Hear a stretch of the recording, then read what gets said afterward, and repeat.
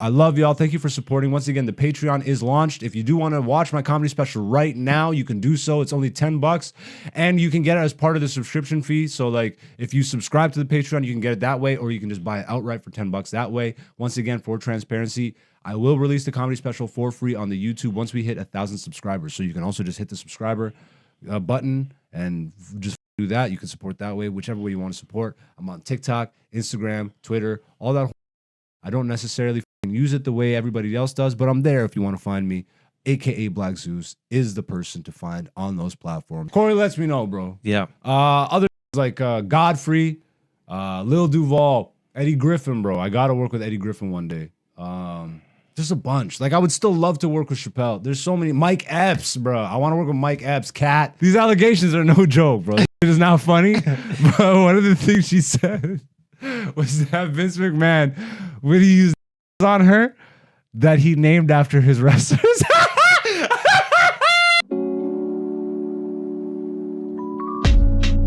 Hey yo, it's Black Zeus, the podcast season 5. Welcome to the show where we talk about life, talk about the come up, and sometimes we fight.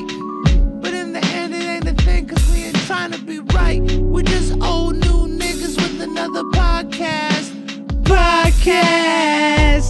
Nigga, I be sitting on my ass. It's the season 5 of Black Zeus, the podcast. Welcome to the fucking space. It's the studio, bitch. We about to take over. We getting lit. Nigga. It's season 5, bitches. This is Black Zeus, the podcast, season 5.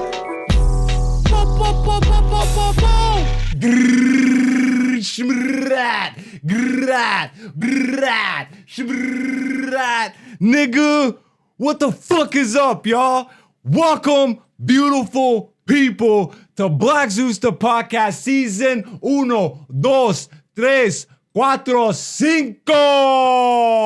5 de Mayo. Hola, órale, vato, viva la raza. Eddie Guerrero. What's going on, beautiful people? It's your boy, Black Zeus. It is Black Zeus, the podcast, season 5. The vibes is in like the 11 to 12 region, but the knob only goes to 10, nigga. So what is it doing up there? You're going to find out why, because this season is going to be more lit than last season. We're going to fucking pick up a lot of traction, which we already have been, all right? And we're going to be letting our nuts hang, nigga. How are you? How are the beautiful people of this podcast? Hello. Hello. This is Black Zeus. Welcome to Black Zeus, the podcast, season 5, episode 1. New season, same studio, new look. We got a desk, but before we get anywhere up in this bitch, you thought I was gonna bring Dante in? No, nigga. I gotta promote comedy shows because I'm not a memer. I'm a comedian, bruh. Which is ironic because I'm saying this from my studio where I create online content from. What a hypocrite. Fuck this guy. You know what I'm saying? But if you're in the Southern Ontario, Toronto area region, these are the shows for you come February, all right? February the 3rd, I'm at, damn, it just says Toronto Weed Shop. Yeah. I'm at a weed shop in Toronto. The next episode, I'll plug that properly. Will it be February 3rd by the next episode? I should probably figure this out. Yeah. Yeah, it will. So you're not even in the studio yet, you son of a bitch. Whoever said that, I think the studio's haunted. Yo, give me a second. This is the most unprofessional start to a season ever. You know what I'm saying? Where the fuck is this show, nigga? Yo, Candle Black Comedy. I'm headlining this bitch, so I really should know what the fuck is up, all right? It is at... Where the fuck is this place, nigga? Where is this? What?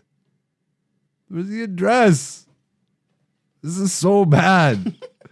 Bruh, this is the worst show promo I've done in my entire life. Where the fuck is the goddamn... It's in a weed shop in Toronto, all right? I don't know the name. I don't know the area. But if you follow me, AKA Black Zeus, on Instagram, I post that shit. All right. So you'll get the update there for real, for real. The 9th, I'm at Heatwave Comedy at the Comedy Lab. I'm also at the Stacked Market. So I'll be doing 2 shows at 8 o'clock on the 9th. Or 8 o'clock. I said that, right? Yeah. Okay. I'm looking at the ghost. Sorry. This is the worst show promo ever. Let's start this over. Black Zeus in February, Southern Ontario, Toronto area. If you want to see me live, this is where you can do it. I'm at a weed shop in Toronto on the 3rd of February. On the 9th, I'm at Stack Market, and I'll be headlining Heatwave Comedy at the Comedy Lab. On the 16th, that show actually got rescheduled. On the 17th, I'm doing Smokes and Jokes. I think this is at Comedy Bar. On the 20th, I'm at Laughing Stock Comedy Bar. On the 22nd, I'm at All Out Comedy. That is also at Comedy Bar. On the 23rd, I will be doing Smooth Comedy in Hamilton, Ontario at the Staircase. That's where I started comedy. I love that place. It is the absolute gem of Hamilton. That's the 23rd. On the 24th, I just booked another show, but I don't have the venue and shit for that. So, those are the shows. And also, this will be the year that you start seeing Black Zeus touch American soil, and I'm just gonna fucking dream big, maybe even some UK soil and maybe some Australian soil. But before we get into any of the comedy shit, which is what this podcast is about, all right? This podcast is my side bitch, nigga. It's my side piece to my comedy career. I've been doing comedy for 13 years.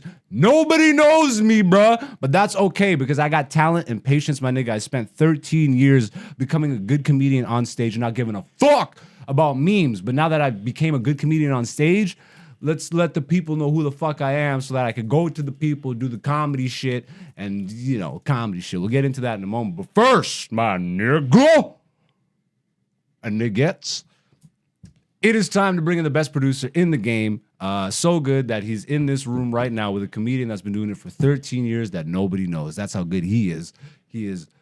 But he is that good, though. He is that. Why are you saluting? You're not even on camera yet, bruh. Who am I talking to? Because he's not here. We're a little occult in this fucking podcast. We summon this nigga into the studio every week. So right now, let's do it.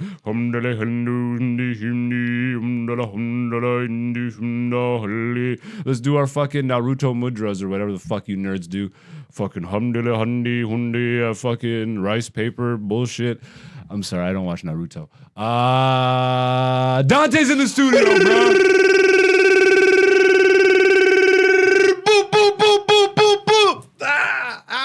Season 5. Season 5, my nigga. What up? What up? What up? Oh, bro, first of all, how does it feel to have a desk? It feels good. Well, I guess you always had a desk. Yeah, but now I got a desk. Now you got a desk, nigga. I got that mahogany. You know what I mean? No, you got that Staples Business Depot. Hey, they don't need to know that. Come on.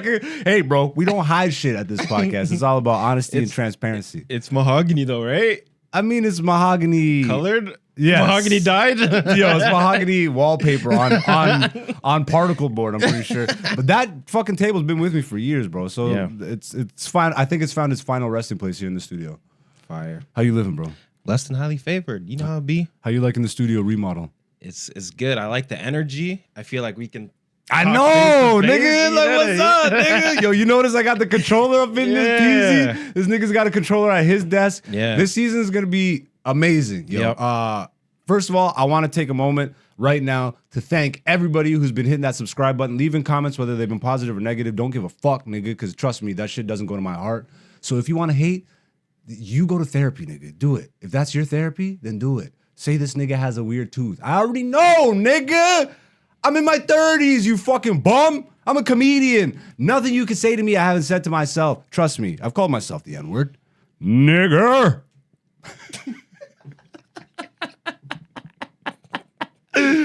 I mean, try not to keep the M-bombs in the goddamn comment section, you weirdos. But, whatever the fuck you got to do. I don't give a fuck, nigga. Look, I've been doing comedy for 13 years, all right? It has taken me at least 10 of those years to really get to this kind of place where even though the internet doesn't know me, I don't give a fuck. Because, what I do on a nightly basis on that stage is all the validation in the world and the actual true mark of progression. Nothing your comments, even the positive comments, as much as I love them and I appreciate them, I don't take those to heart either, you know, because it just is what it is. The internet is a weird ass place, nigga. Me and Dante were just talking about one of these new comments on the YouTube channel, like months ago from an old video. This guy said, "I wish I could get my click back." What a waste of time. And then I don't normally respond to shit, but that made me laugh so hard, bro. Like when I see people do shit like that, like it just speaks to who you are inside. You're sad, you know? And I like making fun of those people because it's easy to make fun of people that are sad. Internet bullies are the saddest and easiest people to make fun of because they're trying to fucking get under your skin. And if you are good, like, bro, you should see me on that stage and the guy riff. Try and talk while I'm on that stage. I will fucking murder you in front of your family. Not like physically, like figuratively with words. I'll bury you, you bitch. So this nigga said, "I wish I could get my like back." And all I said was, "Take it, nigga. Who cares?" And I put a little happy face. 2 months later, this nigga leaves a comment. "Actually, you know what? I think I'll subscribe. The fact that you were cool enough to respond, unsubscribe, you fuck. Get out of here, you bitch." If you still decide to stay after that, then what's up? Love you. You guys are the beautiful people of this channel, of my comedy career, and it's only gonna go up from here, bro. I'm telling you. So whoever is a part of this initial, I think right now at the time of this recording, we're at like 340 something subscribers. Like y'all are the originals, and I will never forget y'all. You know what I mean? Anybody before 1,000, I will let you know right now. My debut comedy special, Black Zeus Self-Portrait, is available early on my Patreon, which is also just launched. Can you launch that shit onto the screen for me real quick? Yep. So my Patreon, patreon.com/AKA Black Zeus. I'm AKA Black Zeus on all social media. Now I have a Patreon, and let's actually, no, nigga, go back, you bitch ass nigga. I didn't ask you to do none of that shit. Oh shit, I see why you did that. I suck. Okay, you want to pull up a version? Can we see the scroll down? No, we're not going to show any of this on the fucking, no, like, show the version of the Patreon that's like, go to a fucking, no, public? Yes. Aha. All right, now scroll up. This is my Patreon. This is what you see. You see none of what we just talked about up until this second. That is for my personal information, you son of a bitch. Black Zeus on Patreon, patreon.com/AKA Black Zeus. We got all this shit launching. Scroll down for me real quick and let's look at the tiers. I only got 3 tiers right. Actually, I think I have 4. And I'm actually going to restructure this. As of right now, it is the beautiful originals, the beautiful people, the gorgeous people. And scroll over for me one more. We got Supermodel, all right? Y'all are the beautiful people of Black Zeus, the podcast, of my comedy career, of all this shit. You already know that. I actually haven't readjusted since I changed it from American to Canadian. Can you go back to the start for me? So this is what we'll be doing. Because I've been calling you beautiful people just naturally, this is what the Patreon is. Y'all are the beautiful people. We're starting off right now with beautiful people, gorgeous people. Those are the 2 real tiers. If you want to do Supermodel, that's just because you actually want to support me. Love and respect. I love you. I'm not going to beg for your money or any of that shit. It's just there because some people got it and they want to do it. So why the fuck not let them? We're starting off with 2 real tiers, all right? So my comedy special is available right now early. You can buy it on my Patreon for $10 Canadian, all right? That's Canadian. So if you're in America, that's like 30 cents. If you want to support, but I'm not Andrew Schultz. I'm going to tell you up front, and that sounded crazy. That sounded like I'm taking a dig at a comic who's way more known than me, so what the fuck is that? I want to be transparent is what I'm trying to say here. It's available if you want to support me for $10 early, but I will be releasing my comedy special for free on my YouTube once we hit 1,000 subscribers or by the end of March. March is my 13th anniversary in comedy officially. So if we can't hit 1,000 subs by then we'll release it for free, and hopefully that'll also be an injection into the YouTube channel and all that shit. But we have a strategy going forward for all that shit, all right? There's going to be a lot of releases before then that will hopefully entice you and let you know who the fuck I am. And we're starting off with the Patreon here, all right? So the beautiful originals, which I am now going to say I'm switching to the gorgeous originals. And this will be active as soon as we're done recording this. It'll be live. But the beautiful originals essentially is limited to 500 people. So the first 500 people that want to support the Patreon will get it for $2 a month. And right now it's set up so that you get access to the base tier, but I'm going to make it so that you actually get access to the higher tier. So for the first people that want to support me, I'll probably change that from $2 to $5, to be honest, because my album is $10 and the monthly Gorgeous People program is going to be $10. So I'll make it half. Whereas originally right now it's $2 and the program that you were getting all the access to was the $5 program, right? So I think that that's fair, transparent. Again, nobody will fucking sign up for this shit for months. That's fine. Do you understand what it is to be a fucking comedian for 13 years, nigga? People are like, why do you still have a podcast? Well, because 5 years in, it's starting to pick up a little bit of steam. Do you understand what it actually takes to fucking bring something to reality, nigga? Patience, which I got. I bombed, bruh. I'm a comedian with a stage name. In this day and age, for 13 years, people have been bringing me up on stage as Black Zeus from my first set. And you will understand all that and more soon because I will explain why shortly. So once again, patreon.com/AKA Black Zeus. We got 4 programs, and I'll just say it as it's going to be reflected by the time you see this. The $5 a month program will be the Gorgeous Originals. That's for the first 500 people who want to support me and are here from the jump. You will get access to the premium package. All right, so that's just going to be the Gorgeous People plan, but you're the Gorgeous Originals because you're the OGs. You supported from day one. The Beautiful People program is...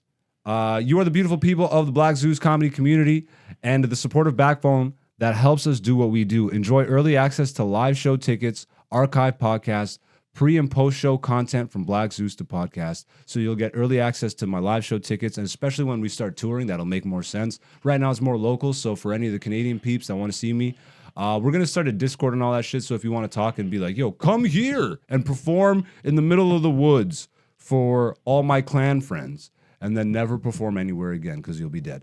I mean, if you... that was great. Why would I go there, Dante?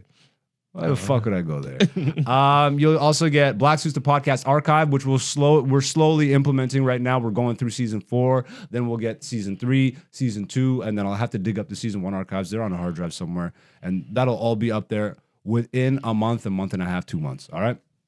And behind the scenes content. Me and Dante have been filming a lot. And again, when I say we're not memers, we're not memers. I'm trying to bring you authentic, true to life comedy content is the word I'll use. But like, that's not what we do, bro. I want to actually bring, like, just like what this podcast is, it's a behind the scenes of the come up of my comedy career. That's what the content is going to be. If you are actually a fan of comedy, my goal, Dante's goal, the whole tribe's goal is to give you an authentic, true sneak peek as to what it takes, the behind the scenes, the travels, the fucking setting up the shows and all that stuff, which leads me to my next thing. Can you scroll up to the top for me, my man? I am launching my mini documentary. This was filmed as part of my comedy special taping when I recorded that at the Zoetic Theater in Hamilton, Ontario, Canada, November, I think it was like 22nd, 2 years ago. All right. It wasn't fully 2 years ago because it was the end of the year, but still in 2022, I filmed my comedy special. I don't really have any material in there that's kind of locked into a time and place. So I don't say, and just what happened yesterday, the Bill Cosby thing. I think there's a Bill Cosby reference in there, but not like, it's good. All right. It's good, but it's like my first 11 years of comedy. I'm much better than that now, so I just burnt that material. This mini documentary will give you guys a better glimpse into who the fuck I am. Like, who is Black Zeus? What is a Black Zeus? What does that even mean? You keep telling us you do comedy, but always hear these podcast clips. Well, this will actually bring you into that world. It'll showcase all of the footage I've had for the past 13 years. Bring you into who the fuck I am as a comedian, as a person, and then kind of show you the process of what it was like to film my comedy special. That is launching for free on my YouTube channel. That's youtube.com/aka Black Zeus, where you are watching this right now, hopefully. February 1st. So that is actually the day after this episode releases. So if you're listening or watching this episode, the day it airs, the next day on my YouTube will be the release of my mini documentary titled Black Zeus Self-Portrait, which is also the name of my comedy special. If you enjoy the documentary, please, not please, I'm not begging. If you would like to support, then my comedy special is available for early access on Patreon. And if you want to wait or if you want to support in other ways, subscribe to the channel. Because once we hit 1,000 subscribers, then we'll release the comedy special on the YouTube for free. All right? All transparency due. And even bigger news, I'm not going to get into this exactly too much just yet, but all that shit that me and Dante have been working on, this is Black Zeus the podcast. Later this year, we will be launching Black Zeus the show. It is essentially a visual companion piece. So what this podcast is, we'll be doing visually. We literally will bring you into the backstage of my comedy career and the actual come up. And I know you will enjoy that because it's just been so fire, bro. It's been so fire. Whether you're from Canada or not, if you're a fan of comedy, this will resonate with you. That's the whole point. I'm not trying to give you meme content that you could just fucking scroll past and fucking waste your life. It's like, we'll give you some of that, but not like, that's not our bread and butter, nigga. Fuck that shit. Anyways, let's get into what this podcast is actually about. Comedy, bitch. Let's do what we do every week here, the comedy recap, where I run down what shows I've been up to, how that's been, and what we got going on in the comedy space. We'll talk about some comedy news, and then we'll move on to some next shit. Let's see. Last week we recorded the same night we were going to a show, yeah? Do you remember what night we recorded Saturday? Yeah, Saturday. Yeah. We recorded Saturday. So last Saturday, and you came with me? Yep. Is that the... Okay, so Yep. that was the hella pause. Fuck you, Kevin Mace. You ruined my life, niggas. I love you, though. Like, you didn't actually ruin it, but fuck, bro. Niggas can't say shit no more. Even in my own head. He didn't even say it. He didn't catch it. I caught it. Pause. Shit, nigga. Can't breathe up in this bitch. So last Saturday we did, or I performed, I guess, at Toronto Be Like Etobicoke Edition. This was in Assembly Theater in Etobicoke. This show was fucking fire. Probably my favorite episode of Black Zeus, the show that we've put together so far.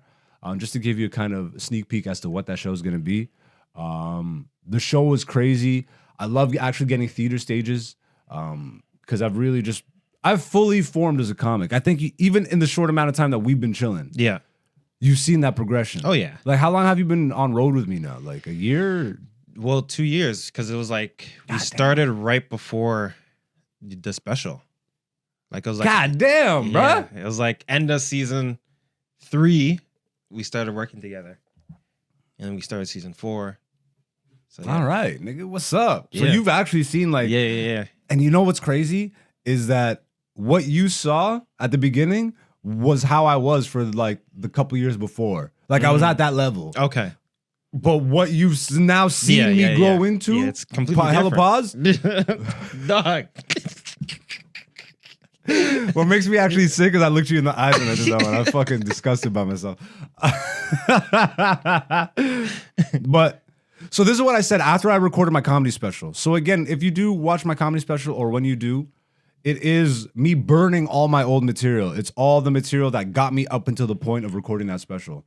So it doesn't really reflect like my writing style, my level of progression so much. You see it through my performance, and the jokes are good. I'm proud of them and all that stuff. I'm proud of the special.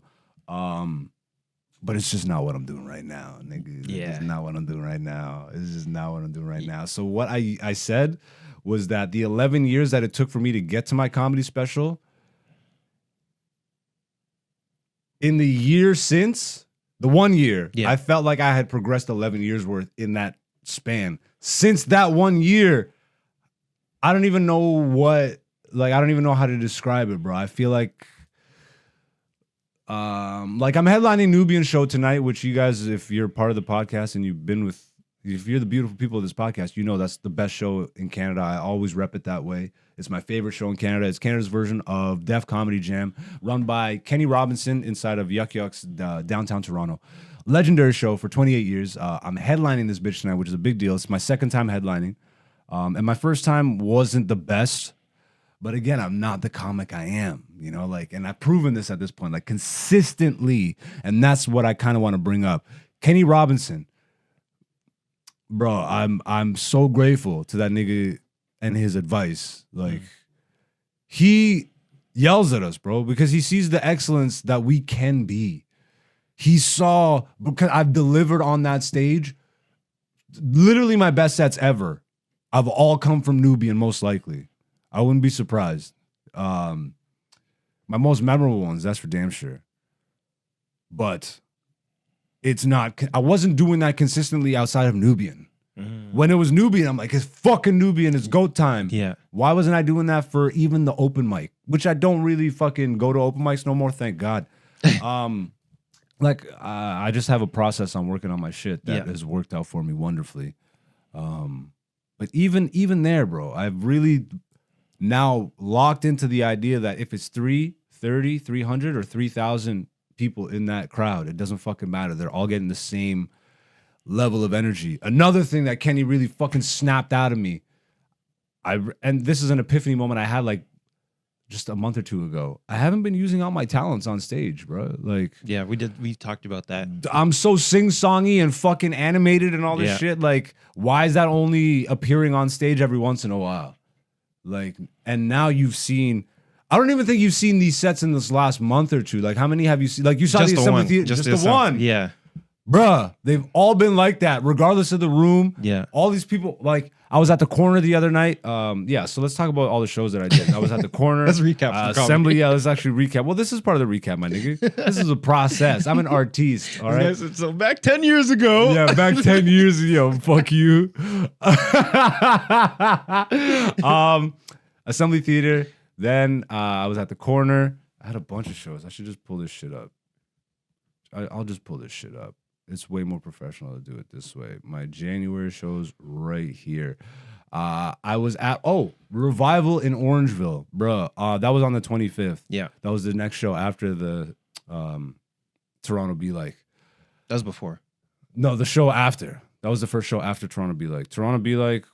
Oh, that's right. Yeah. No. Yeah, because that was last Yes, week. yes, This yes. is this week. Yes. Easily the scariest drive in my entire life. I ran a stop sign. Oh yeah. It was so foggy, bro. Yeah, it was so foggy. And the drive between here and Orangeville, Yeah. for whatever reason, maybe the traffic was too backed up or whatever, my GPS didn't take me onto the highway. It took me There is no straight highways. through back road. Yeah. Like, and these were the foggiest days of the year. Yeah. Like, you literally couldn't see in front of you. Yeah. So there's no street lights. Bruh. I was enjoying myself, but I was very much paying attention to the road. Even though I was paying attention to the road, I still ran a stop sign. Didn't even fucking see it. And it was scary because there was someone waiting to make a turn. Oh. But I think they noticed, obviously, because they just looked at me just like, Dang. and Did they it give was you a the white, thumbs down? and it was a white person too, and I could tell they were just like, there goes that, yeah, that's what they do. That's how they drive. Man's probably high right now. Ganja. I went to the show though, had an awesome time. I like that place, Revival, 1863, I believe. It's like a speakeasy lounge. It's like a swanky, and it's hidden.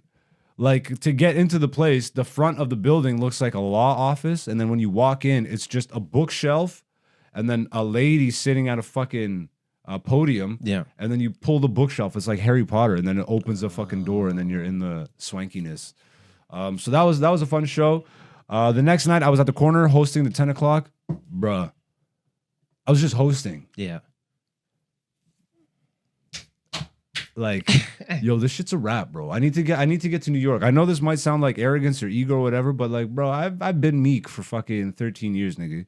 I believe in myself. This isn't ego. I'm proving it to myself. I'm not out here being like, I'm the best me. That's all I fucking care. But when audience members are being like, yo, you're like, again, this isn't me.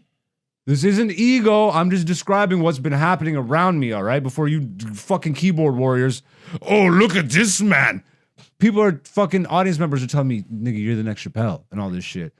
I had one comic be like, yo, you're like Canada's Cat Williams. And as much as I'm flattered by that shit, as much as I'm grateful to hear that stuff, I'm the first fucking me, nigga. I love those dudes. I appreciate those dudes. I respect those dudes. And at one point, I used to be like, I'm going to be the next Dave Chappelle. Da, da, da. No, nigga, there is no me. There's no me, bro. I'm the first me. Nigga. My nuts are dragging on the floor right now. Yeah. And my next show actually got canceled. I still got paid, so shout outs to fucking Different Nights for being solid on that. But a pipe burst in the venue, and they were covered in water. So that leads us to today. That leads us to right now, recording season 5, and that leads us to later tonight, where I headline Nubian, and we will 100% report back next week with that shit. That's pretty much the comedy recap for this week. That's the launch of the Patreon. I will say right now, I'm a hypocrite, but we're on TikTok. You can find AKA Black Zeus on TikTok. I am not on TikTok. I know what I just said contradicts itself. This nigga right here has sacrificed his life for me. Salute to Dante.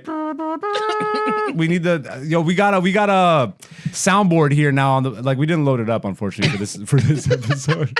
But I'll do it right now for you. The Kevin Samuels, the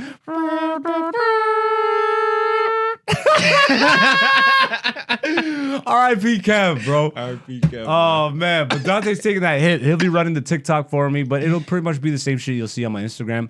Because again, we're not memers, so just because I'm on TikTok doesn't mean we're gonna be fucking hitting that algorithm. Nah, we're just doing what we do, but making it easier for you to find us. Because why should I hinder my own progress and success as a career, as a comedian? Yeah. You do anything comedy related this past week? Other than watch Corey Holcomb. Oh shit! No, not really. Yo, if we're doing salutes, I gotta salute Corey Holcomb, bro. Should we pull it up? The OG, pull that shit up, nigga. We might as well. We're gonna talk about some comedy news right now. I don't know how many of y'all know him.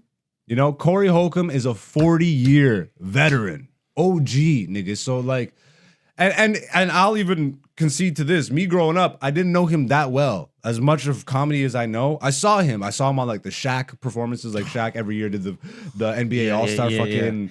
Those were fire. I would always see him, bro. He was always fire. Yeah. Like that abortion joke is what I always remember. That's one of my favorite ones, bruh. But I never really paid attention to Corey like that because when I was growing up, I was a kid, bro. I got what was in front of me, but I gravitated towards the real shit. So like Chappelle at the time, like Chappelle show and all that shit. Yeah, Cat Williams. Corey never was an industry nigga like that. And now me, 13 years into my comedy career, there might not be a comedian I want to work with more than Corey Holcomb. Like, this nigga is the fucking... I let my nuts drag, nigga! Now, that was a bad Corey Holcomb impression, but these niggas, if you trying to make it in this game of Hollywood... Your asshole is gonna have to be sacrificed. Ain't no ways around it, nigga. Go subscribe, go watch, go support Corey Holcomb in the 5150 podcast. That nigga is an absolute legend. Like when everybody's bigging up Cat Williams and all that shit, like Corey's been doing this. Yep. Corey's been doing this. Not even silently, very vocally. And recently, me and Dante were shooting messages back and forth like, yo, you watching this new Corey Holcomb? Yeah. Holy fuck, bro. This nigga, my goodness. This nigga done went at the king. Well, also because this guy also got the Call of Duty from Cat. So he just been lit up, bro. Like he's been just like just. I forgot.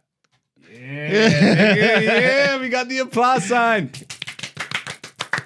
But he's been like charged up. Yeah. Right? He's been going after all the people that are, you know, in the industry doing wrong, stealing jokes, like that one chick. You know what I mean? Bruh. But this latest episode, this man had no fear and he took a shot at the king. But Corey has no. That's what I'm saying. Corey's that guy, the God, nigga. Yeah. They know who we are. They know who we are, nigga. Hotepers. I'm talking that sass. Before we get like really into this, like that Cat Williams shit. Like I was talking to my homie about this the other day, and he said like what Cat Williams did for me, Kevin Samuels was different. It was like just snapped him out of this fucking. Like I'm so grateful, even though we talked about the Cat shit. That's probably the most successful episode of this podcast ever, by the way, that Cat Williams episode. But we talked about it very openly and honestly, and like I said immediately, I'm like, all this shit ain't gonna be true. But what he fucking did, bro, was just, bro, it was like a call out to all the real niggas, which is exactly like Corey even said it on his shit. Yep. He's like, I respect it. You're uprooting the game. That's what Corey said. You're uprooting the game. Like, you're uprooting all this dirt, which I'm with the shits, nigga, because, yo, fuck these niggas, bro. Because it's really time for the real to succeed. I'm ready. I've been spending 13 years becoming my realest self, becoming my most authentic self, not focusing on memes. Bro, and look what happens. This is a side effect of not focusing your life on fucking social media and all this shit and living the life that everybody else is living and posting about and all this shit. Bro, in a day and age where there's so much rampant depression and anxiety, I have none of that shit. And that doesn't mean I don't deal with sad situations or whatever. My mental is so on point that when sad shit happens, I recognize it, I look it in the fucking eyes, and I just deal with whatever it is. And it's gone, and I don't carry any of that shit. I'm not on social media just scrolling my life away to forget about the pain that is burdening me. I deal with that shit. And like, if you're dealing with any shit, like, just know that you got it within you to fucking get through it. 100%. Now this sounds like some woke podcast type shit. It's not, but this is who we are. Dante too, bro. This is who the fuck we are. And that's going to shine like a motherfucker in this season. But let's get into this Corey Holcomb clip, because this nigga on his podcast recently went at Dave Chappelle, and I'll let you. Well, because there's a little bit of context, because Dave Chappelle was responding to what Cat Williams said, right? And basically he was saying, like, why do you have to tear down the black comedian? Like, as a black person, why are you tearing down another black person? Yeah. Right? And just my personal take on that is, like, if we want to have quality control, right, we're going to have to be the ones that set the standard. Meaning, Cat has to call out these people, or else they're just going to let it slide. And trying to make sure that everyone does better by doing something that seems bad to the people that are being affected by it. Like, it doesn't make sense to be like, oh, like, don't say this because he's black and you're black, we're supposed to support. Like, he's supporting him by telling him to step your game up, bro. Yeah. You know what I mean? I agree with that. So Dave's going on like, oh, well, you shouldn't be going at another black person. But it's like, oh, so only the white people can go at black people? Like, what is this? Doesn't even make sense. Yeah, I do understand the point that he was making, though, obviously, like, because it's on a wide platform, you know what I mean? A lot of people, it's just more like, you know how people perceive things.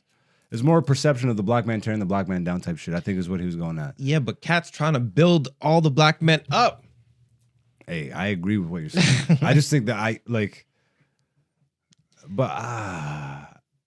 I don't know these niggas personally, so I don't. That's true. Like, you know what I mean? Like, yeah. I don't know. I don't know where they're coming from. So back to this clip. Yeah, Corey Holcomb has some words to say.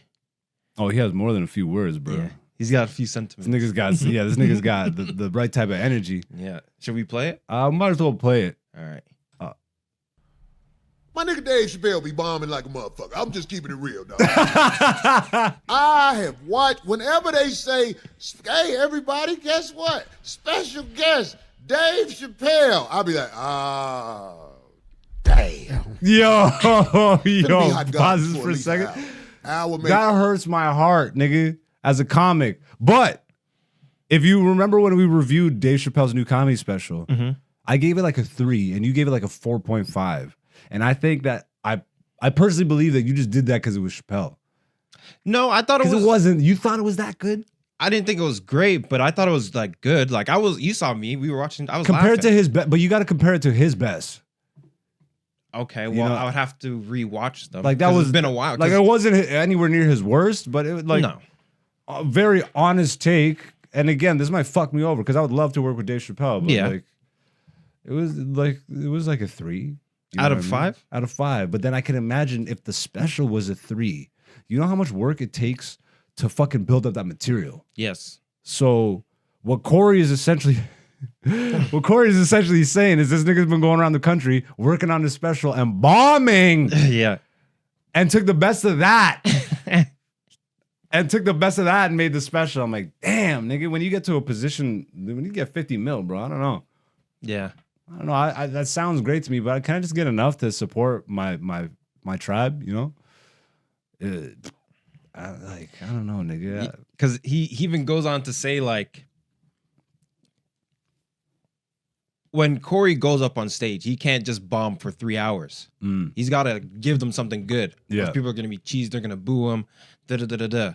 But because Dave Chappelle is Dave Chappelle, he's allowed to bomb for 3 hours and sacrifice the whole show, sacrifice everybody's good time. Which Corey definitely. Let's listen to a little bit more of this. Too. I'm just keeping it real. I'm not trying to shit on the brother, but he needs to understand you throwing your weight around too much, man. Standing up there smoking with them irregular shirts on, bombing all the time.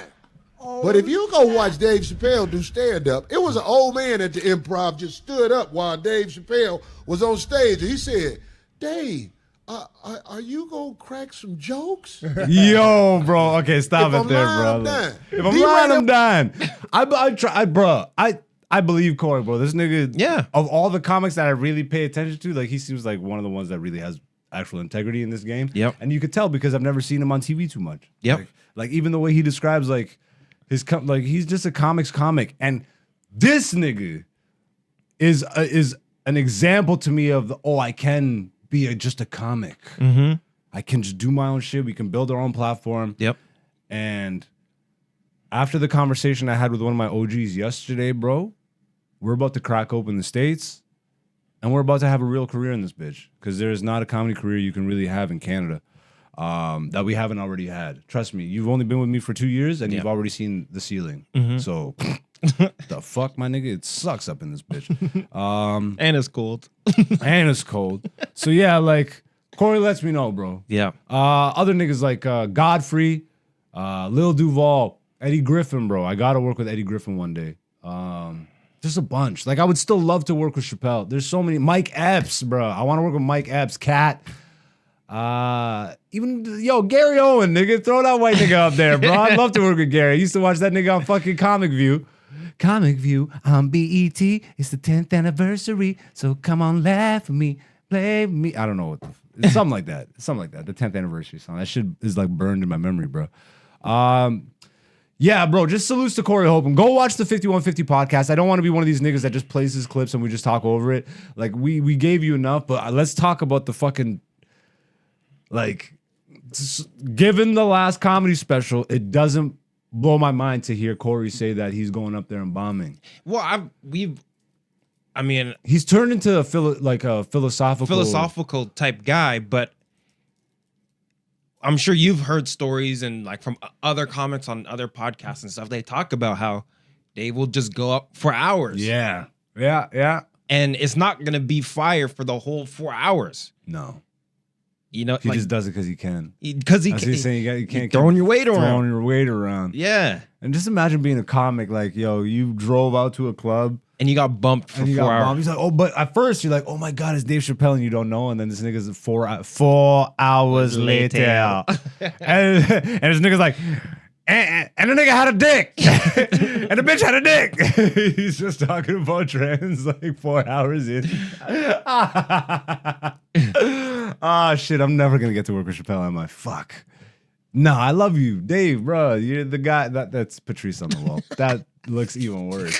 I'm going to keep that in, too. Look, I love you. It's Patrice O'Neal on the wall. Yeah, no, like, the more I am active in this game, the more I understand the business side of show business, the less impressed I am with everything that I used to be impressed with. And that doesn't mean that the shit is unimpressive. It just means like I don't have those rose tinted glasses on. You know what I mean? I'm seeing this shit for what it really is. Yeah. I saw Dave Chappelle live. It was great. It was right when he was coming back. Okay. So like when those 2 first comedy specials came out on Netflix, the very first 2 where he signed that deal for 6. Yeah. I saw those live. And they were great. Like but even then you could tell like he was different, which made sense. Like he was just coming back. He was like all buff and shit. Yeah. I'm like, well, this nigga's gone through a lot of shit.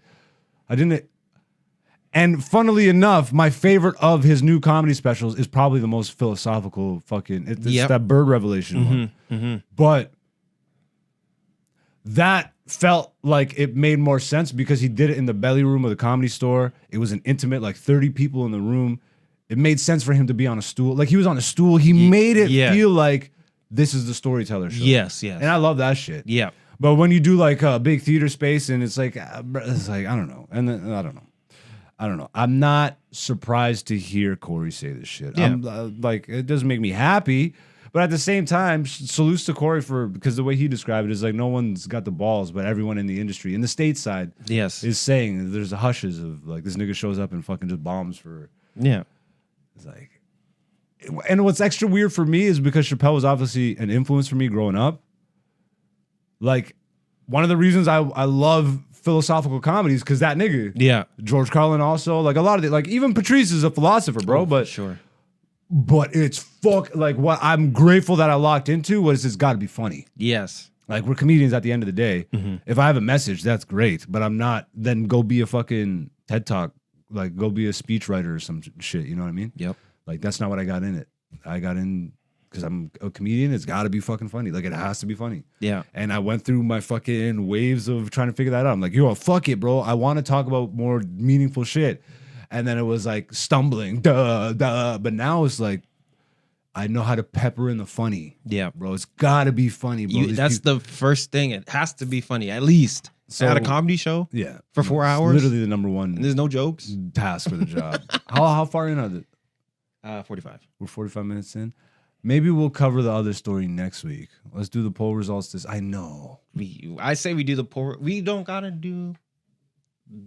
No, let's do the poll results real quick. We'll do the poll results. Let's do the poll results real quick. I say we do the story as well. Yeah, I say we do it too. Like, what? So that's the comedy recap, and that's the comedy news for this week. Go check out Corey Holcomb's 5150 podcast. Go check out live comedy wherever you are. Get off your fucking phone after you watch this and after you watch the other shit. Or just maybe try and gravitate towards more meaningful shit and then just get off your phone. Yeah, let's do something we do here regularly every week. If you follow me on social media, and now on the YouTube, we're doing it on the community page, but every Monday on my Instagram social media feed, I post an interactive poll question. I leave it up for 24 hours. Then on Wednesdays, Dante and myself discuss the results here in the studio. This week's poll question, can you close this shit? And just, yeah, bam. Thank you, sir. And this week's poll question is, which statement do you agree with most? And these are the options. It is easier to, that is the preface. So which statement do you agree with most? It is easier to fix yourself alone, fix yourself in a relationship, fix yourself in therapy, or cope/live with your issues. And before we get to the results, Dante, how did you vote on this one? Ooh. Okay.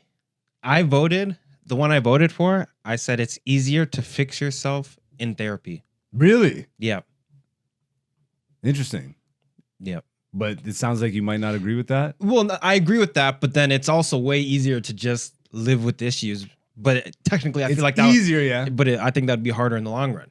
Yeah, exactly. Because it's easier perception-wise. Because you're not doing anything on the front end, but there will be a day. Yeah, you're just like carrying. Whoa, yeah. So I think it's easier to fix yourself in therapy.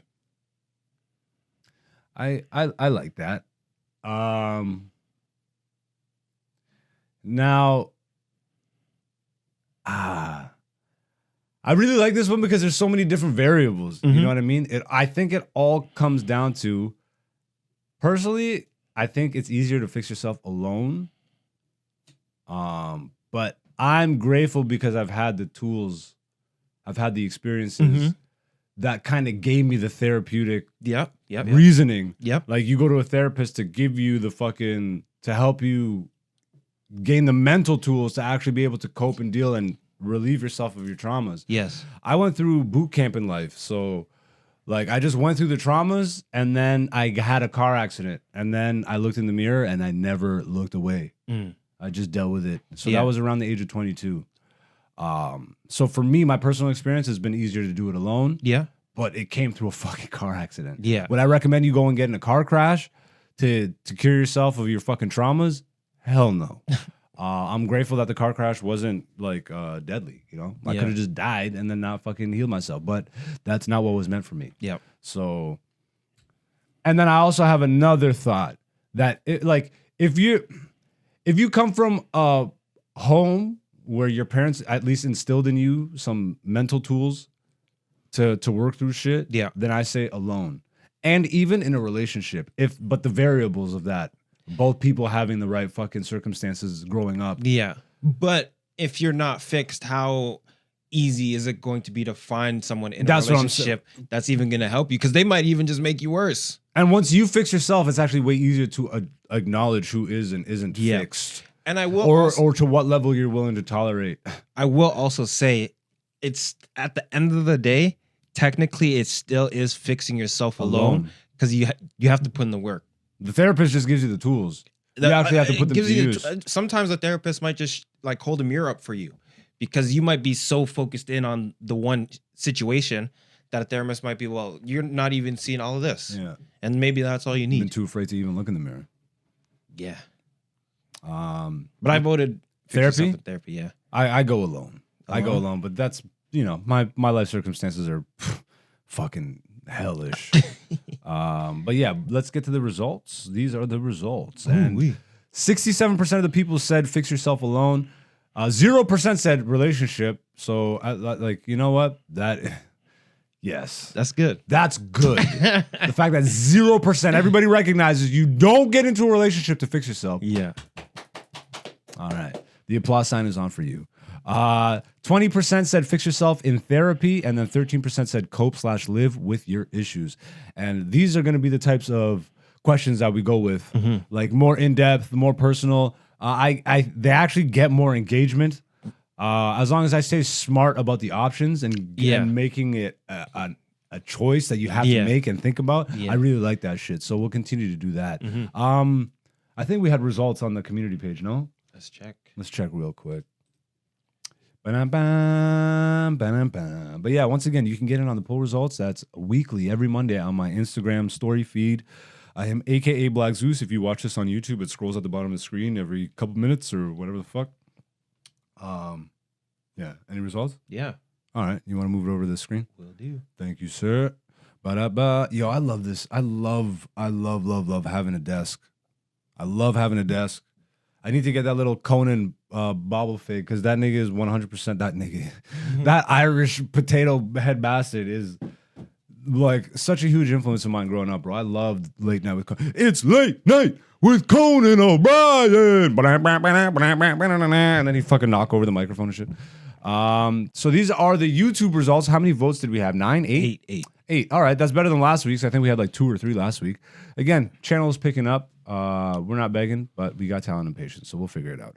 Which of these statements do you agree with most? And 50% of the people we only have 8 votes now on YouTube, mind you, but 50% of the people said fix yourself alone. Again, 0% said relationship. Shout outs to y'all. Y'all are smart.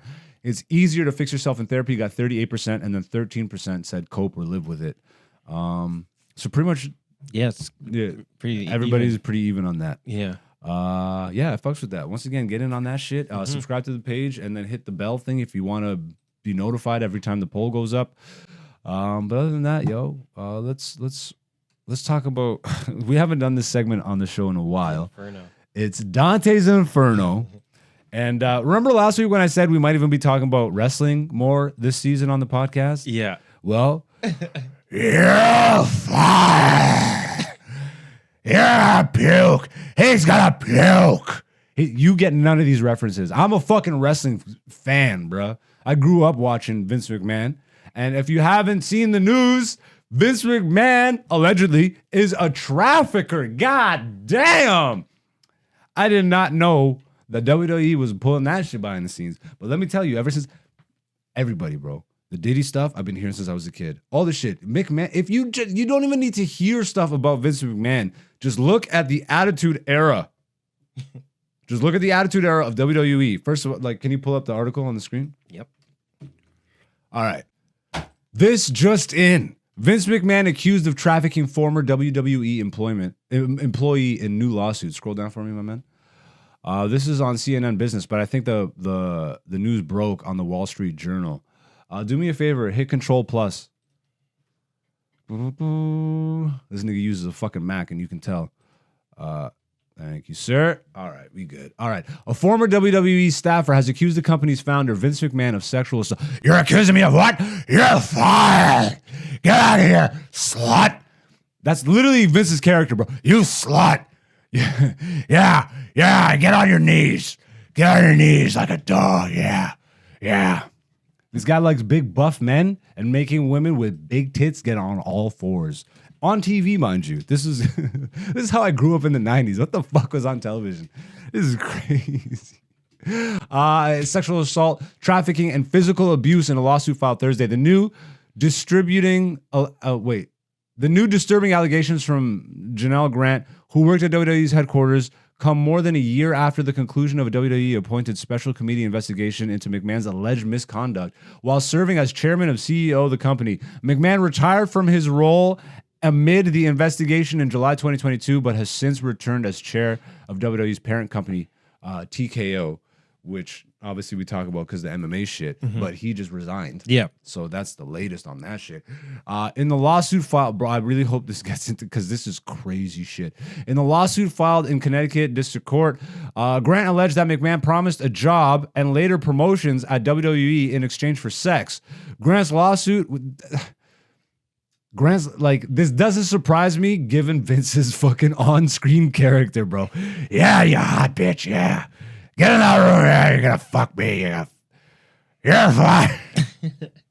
This is nothing to joke about, but I am.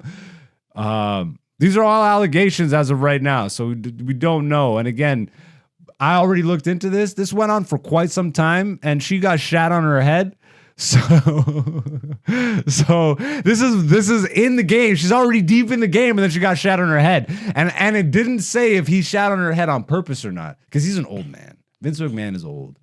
And you picture you're having sex in your 70s, you might get a loose bowel or two, and plop on the bitch's head. Okay.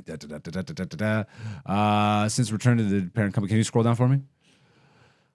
All right. In the lawsuit filed in Connecticut District Court, Grant alleged that McMahon promised a job and later promotions in exchange for sex. Grant lawsuit also includes allegations that McMahon trafficked her to other men inside and outside of the company, including John Laurinaitis, who was like his right-hand man, a former wrestler who worked in the company's talent relations department, who was also named as a defendant in the lawsuit. The Wall Street Journal was first to report the lawsuit. At the end of her employment and their sexual relationship, McMahon allegedly pressured Grant into signing a non-disclosure agreement in exchange for payments over several years totaling $3 million, according to the lawsuit. Scroll down.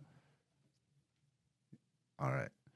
In a statement, WWE's parent company, TKO Group, we don't need to fuck that shit. While this matter predates our TKO executive team's tenure at the company, we take Ms. Grant's horrific allegations very seriously and are addressing this matter internally in the state. Okay, I want to see he vigorously defended himself. This is okay. Lawsuit details disturbing allegations. According to the lawsuit, Grant was introduced to McMahon in 2019 when she was looking for work. Nigga, yo, I have to sit in the middle on this. You know what I mean? I can't just jump and be like, fucking believe her, because it's 2024, my nigga, and people be throwing out allegations like crazy. But also, it's Vince McMahon, and I kind of believe her.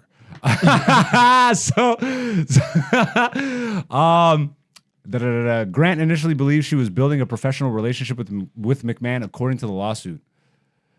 This is always a weird one to me, bro. When you're having professional meetings and shit in hotel rooms, it's like, The lawsuit alleges that McMahon eventually pressured Grant into a physical relationship as he dangled career-making, life-changing promises in front of her. After receiving a job at WWE, McMahon allegedly subjected Grant to acts of extreme cruelty and degradation that caused Grant to disassociate. See, that I can believe.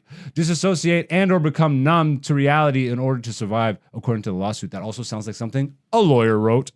Let's be honest. That is something a lawyer wrote. She never fucking sat there and said, maybe she said to disassociate, because even I said that shit. Yeah. Vince McMahon caused me extreme cruelty and degradation. That's lawyer talk. Again, I don't want to fucking completely dismiss this bitch, Scroll down for me. Yo. One disturbing incident describes, yo, when I get to this, I'm probably going to bust out laughing. One disturbing incident described in the lawsuit details an alleged sexual encounter between Grant McMahon and a friend, quote unquote, of McMahon's in May 2020. During the encounter, McMahon allegedly defecated on Grant, commanding her to continue pleasuring his friend with feces in her hair, according to the lawsuit. Probably wasn't an accident if he shat on her then. The way that reads, probably not an accident. Yeah. He probably said, "Get over here, I'm going to take a shit on your head, or you're fired. You're fired. You don't want me to shit on your head, you're fired. Take these gift cards or you're fired. You have nice tits, let me squeeze your tits or you're fired."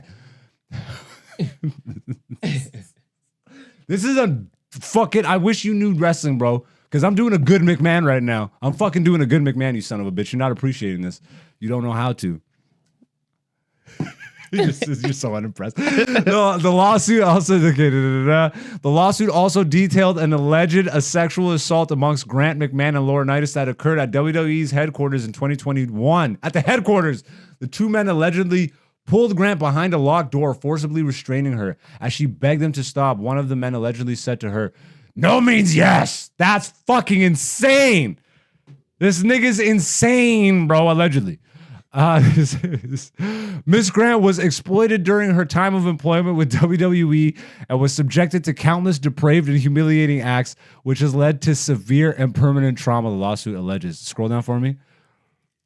All right. Yeah, this just talks. Okay. So I don't know if this is going to get into it, but there's one thing I read. And again, this shit like these allegations are no joke, bro. This shit is not funny. But one of the things she said was that Vince McMahon, when he used dildos on her, that he named after his wrestlers.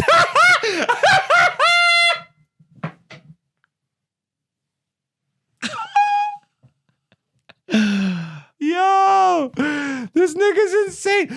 Yeah, coming to the ring is The Undertaker. The Undertaker. Pile driver. He's just fucking ramming it in. Where it's Stone Cold Steve Austin. Yeah, I'm gonna fire you. Yeah, you want to? It's The Rock. Like, you think he's doing the gimmicks? If you smell what The Rock is cooking, you smell what The Rock is cooking. That would be crazy. Well, this nigga is allegedly crazy. Are you? Give me the Hulk Hogan, yeah, yeah. I'm a real American, yeah. And he's doing this shit. And he's doing this. Let me hear your pussy, yeah.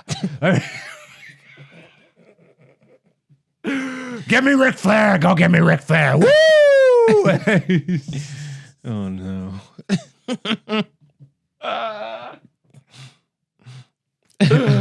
Yo, WWE Attitude Era makes so much more sense, bro. They degraded the shit out of people on live television, and I get it. It was the 90s. It was time and place.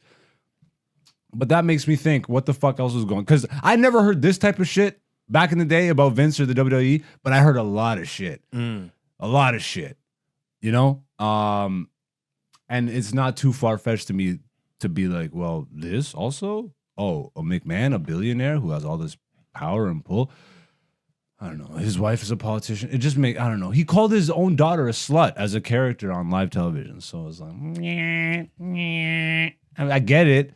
I was right there with him. Slut, slut, slut, slut, slut, slut. Steph was a slut. That was her character, bro. But your dad made that character. Like, your dad made it. And see, I really know wrestling. Like, bro, there was a storyline that Vince McMahon proposed where him and Steph, yo, you did the squish, squash, swish, swash. You did.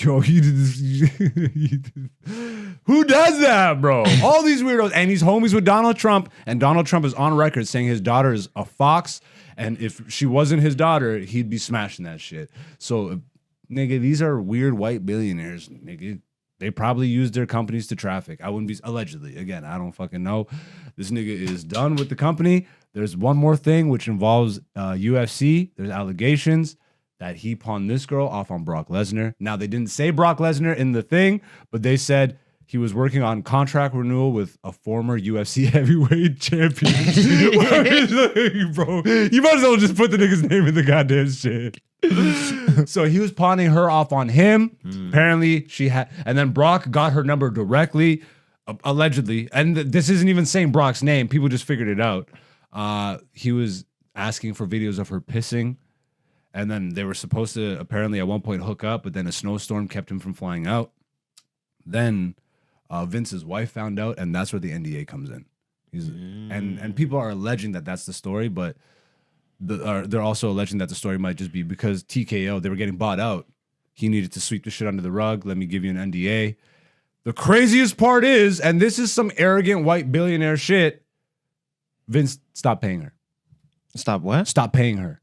His daughter. No, this bitch. Oh, that girl. This fucking girl that's accusing him. Yeah. You stop paying her, straight up. So sign this NDA for $3 million over the course of however many years, and then you stop paying her. Meanwhile, she can bury you. Like, nigga. Now, the thing where I'm like, you have to be able to prove that you disassociated and that this shit caused you all this fucking strife. Because, like, you meet a billionaire and, you know, I don't know, nigga. He didn't meet her off the streets. He met her in his condo. He was introduced to her by the condo manager, which maybe there's some trafficking shit going on in that condo they might want to look into. Condo managers, I'm a damn. Condo managers, Triple X, bro. Holy shit, bro. But yeah, that's this. You're fired. Shit, nigga. That's this week's Dante's Inferno, bro. Like, goddamn, you might have to start watching wrestling now. Oh, they just did the Royal Rumble, which was actually great. I actually watched the Royal Rumble. Great.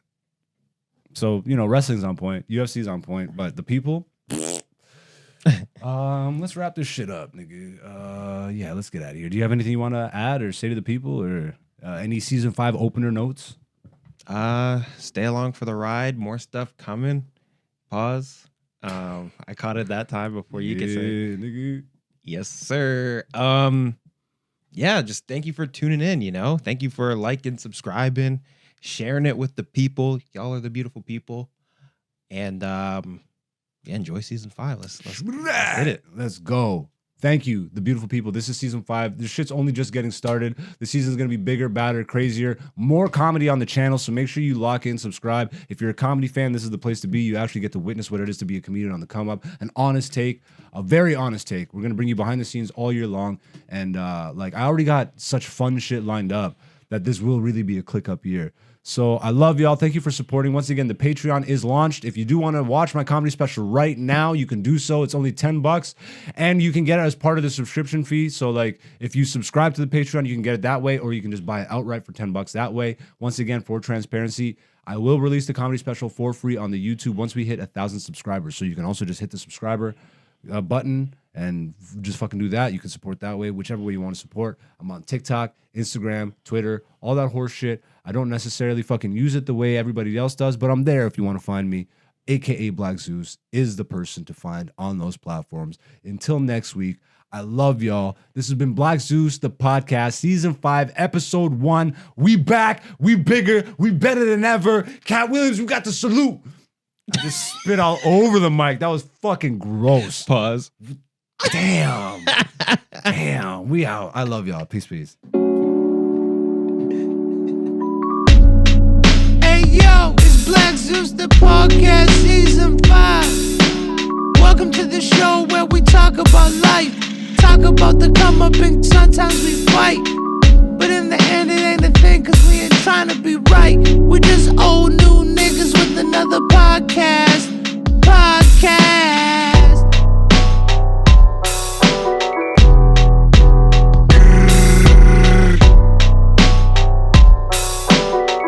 This is Black Zeus, the podcast season 5.